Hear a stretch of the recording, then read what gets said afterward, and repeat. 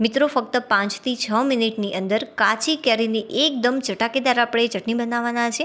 અને ખાસ બાબત તો એ છે કે તમે 1 વર્ષ સુધી આને સ્ટોર પણ કરી શકો છો અને કોઈ પણ અથાણાની જરૂર પણ નહીં રહે તમે જો આ ચટણી બનાવશો તો। આ રેસીપી બનાવવા માટે આપણે કેરી કઈ લેવાની છે તો ખાસ કરીને જે આપૂસ કેરી આવતી હોય છે કાચી, આપણે એનો ઉપયોગ કરીશું અને જે છાલ છે એને મેં દૂર કરી દીધી। અત્યારે સમજાવવા માટે મેં ફક્ત એક જ કેરીનો ઉપયોગ કર્યો છે અને આને બિલકુલ પણ જે છાલ છે એને તમારે ફેંકી નથી દેવાની। આનો પણ એક સરસ મજાનો ઉપયોગ કરવાનો, કેમ કે આની અંદર સારા એવા પ્રમાણમાં વિટામિન અને પોષક તત્વો હોય છે। અને ત્યાર પછી મેં મોટા ટુકડામાં કટ કરી લીધું। મિત્રો જે આ કટર છે એ થોડી તૂટી ગઈ છે। જો તમારા ઘરે આવી કટર હોય તો ચોક્કસથી તમે કટરની અંદર જ આને ક્રશ કરી દેજો। અને જો આ ટાઈપની તમારા જોડે કટર ન હોય તો મિક્સર જારની અંદર તમે કઈ રીતે આને ક્રશ કરી શકો છો એક ખાસ ધ્યાનથી જોજો। એકદમ આની પેસ્ટ આપણે તૈયાર નથી કરવાની, બસ ઢાંકણ આપણે બંધ કરી દઈશું અને તમે જોઈ શકો છો વિડીયોની અંદર બસ આ રીતે આપણે ચાલુ કરવાનું, બંધ કરવાનું, ચાલુ કરવાનું અને બંધ, બસ ફક્ત 2 થી 3 વાર જ મેં આ પ્રોસેસ કરી। તમે જોઈ શકો છો કે સરસ મજાની જે આપણે જોઈએ છે આનું ટેક્સચર બસ એવું જ અહીંયા મળી ગયું છે। બહુ વધારે પડતી આની પેસ્ટ નથી કરી દેવાની, આ રીતે આપણે અધકચરું જ આને ક્રશ કરીશું। હવે બાકીના જે ટુકડા છે બીજા એ પણ મેં આ જ રીતે ક્રશ કરી લીધા, કેમ કે આમ કરવાથી એની મીઠાશ કંઈક અલગ જ આવશે જ્યારે મોઢામાં આવશે ત્યારે, એટલા માટે પેસ્ટ નહીં કરી દેતા। હજી મિત્રો આ થોડી ઓછી ક્રશ થઈ છે, ફરીથી હું 1 થી 2 વખત આ રીતે ક્રશ કરી લઉં છું તો સરસ મજાની આની પેસ્ટ તૈયાર છે। તો બસ આપણે આવી જ પેસ્ટ આની તૈયાર કરવાની, થોડુંક અધકચરું ક્રશ થાય ત્યાં સુધી। ચાલો હવે આપણે આગળની પ્રોસેસ જોઈ લઈએ। તો બધું જ જે મિક્સર છે મેં એક બાઉલની અંદર નીકાળી લીધું છે। હવે જે આ મિક્સર છે કેટલું થાય છે આપણે એક વાટકીનું માપ લઈશું।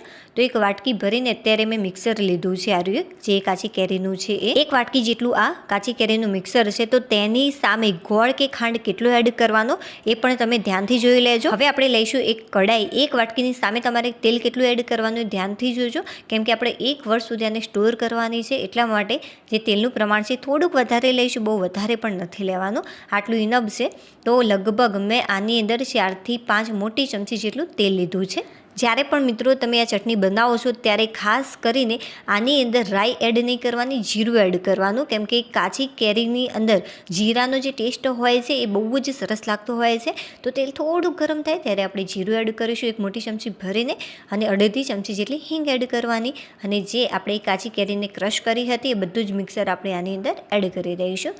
હવે બસ સારી રીતે એકવાર તમારે મિક્સ કરી લેવાનું। જે ગેસની ફ્લેમ છે જ્યારે પણ તમે મિક્સર એડ કરો છો ત્યારે જે ગેસની ફ્લેમ છે એ તમારે ધીમી કરી દેવાની। એકવાર આની સારી રીતે મિક્સ કરી લેવાનું અને ત્યાર પછી જે ગેસની ફ્લેમ છે એ ફાસ્ટ કરવાની।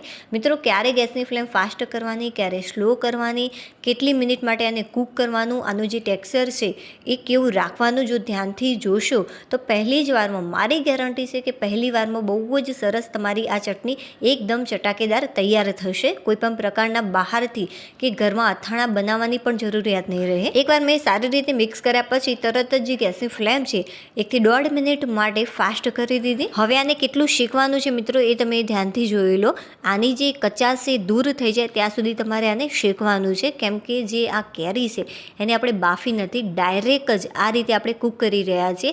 બટ હા, બાફવાની બિલકુલ પણ જરૂરિયાત નથી, કેમ કે જે આ મિક્સર છે એ આપણે સારું એવું ક્રશ કર્યું છે, એકદમ ટુકડા નથી રાખ્યા એટલા માટે, અને બહુ ફાઇન પણ ક્રશ નહીં કરી દેવાનું, એકદમ ચટણી જેવું નહીં મજા આવે। આ રીતે થોડુંક અધકચરું રહેશે તો ખાવાની વધારે મજા પડી જશે તમને। તો 1 મિનિટ માટે જે શરૂઆતમાં આપણે ગેસની ફ્લેમ ફાસ્ટ રાખી હતી, થોડી વાર પછી મતલબ 1 થી 1.5 મિનિટ પછી તમારી જે ગેસની ફ્લેમ છે ધીમી કરી દેવાની, 1 મિનિટ માટે ફાસ્ટ કરવાની, એ રીતે કરતાં ટોટલ 2 થી 2.5 મિનિટ માટે આને કૂક કરવાનું। 2.5 મિનિટ પછી તમે જોશો તો જે આની કચાશ છે એ સારી એવી દૂર થઈ જ જશે। હવે આપણે આની અંદર એડ કરીશું 1 વાટકી ભરીને ખાંડ। જો 1 વાટકી જેટલી કેરી હોય તો તેની સામે તમારે 1 વાટકી જેટલી ખાંડ એડ કરવાની।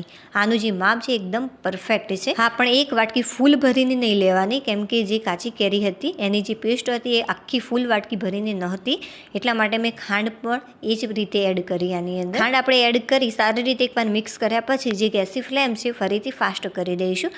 હવે ખાંડ ઓગળશે તેમ સરસ મજાનું આ જે ચટણી જેવું ટેક્સચર આનું તૈયાર થઈ જશે। હવે જે મિત્રો આપણે કાચી કેરીની છાલને રાખી હતી અને તેની અંદર મેં થોડીક કાચી કેરીનું પ્રમાણ પણ રાખ્યું છે, જે અંદરનો જરબ હોય છે એ, કે જેથી અત્યારે જે આપણે બનાવી રહ્યા છીએ વધુ ટેસ્ટી લાગે.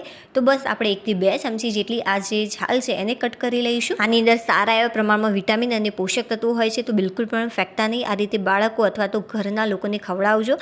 હવે આપણે અડધી વાટકી જેટલી ઝીણી કટ કરેલી ડુંગળી, સ્વાદ અનુસાર મીઠું, થોડુંક આપણે લાલ મરચું પાવડર એડ કરીશું. અત્યારે મેં તીખું લાલ મરચું પાવડર એડ કર્યું છે 2 થી 3 ચપટી જેટલું, અને કાશ્મીરી લાલ મરચું પાવડર એડ કર્યું છે અડધી ચમચી કરતાં ઓછું, મતલબ કે પાવ ચમચી જેટલું મેં આની અંદર કાશ્મીરી લાલ મરચું પાવડર એડ કર્યું. હવે આપણે આની અંદર 1 થી 2 ચમચી જેટલો લીંબુનો રસ એડ કરીશું. ચોક્કસથી એડ કરજો, બહુ જ સરસ મજાનો આનાથી ટેસ્ટ આવતો હોય છે.